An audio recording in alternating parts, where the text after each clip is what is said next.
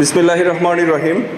আপনারা সকলেই অবগত আছেন, গত 6 নভেম্বর 2025 তারিখে ভোররাতে গাজীপুর আর্মি ক্যাম্পের সার্বিক তত্ত্বাবধানে র্যাব এবং পুলিশের প্রত্যক্ষ সহায়তায় শ্রীপুর উপজেলার বর্মি ইউনিয়নে একটি যৌথ অভিযান পরিচালনা করা হয়।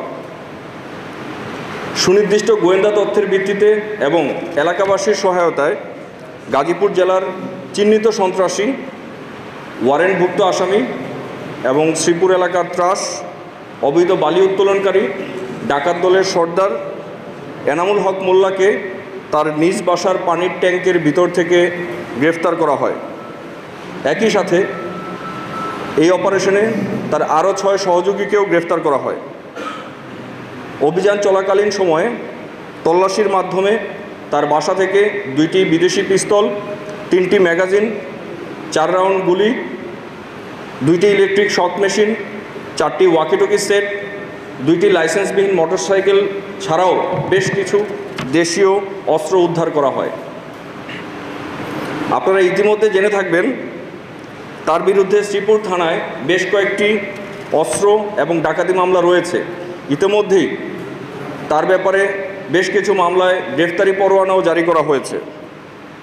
অত্যন্ত পরিতাপের বিষয়, একটি মহল এনামুল হক মোল্লার গ্রেফতারের বিষয়টিকে রাজনৈতিক রূপ দেওয়া সহ উদ্দেশ্য প্রণোদিতভাবে ভিন্ন খাতে প্রবাহিত করার চেষ্টা চলমান রেখেছে। সেনাবাহিনী কোনো ব্যক্তি বা দলের পক্ষে নয়। বাংলাদেশ সেনাবাহিনী সবসময় ন্যায়ের পক্ষে এবং অন্যায়ের বিপক্ষে। বাংলাদেশ সেনাবাহিনী দেশের পক্ষে।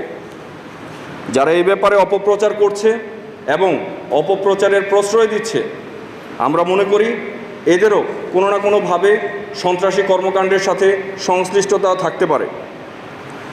সে বিষয়টিকেও আমরা গুরুত্বের সাথে খতিয়ে দেখছি এবং উপযুক্ত প্রমাণ সাপেক্ষে তাদের ব্যাপারেও কঠোর আইনানুগ ব্যবস্থা গ্রহণ করা হবে।